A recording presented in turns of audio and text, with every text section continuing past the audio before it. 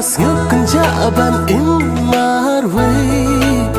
naru kato kasmi ba ngayo I ngayai ko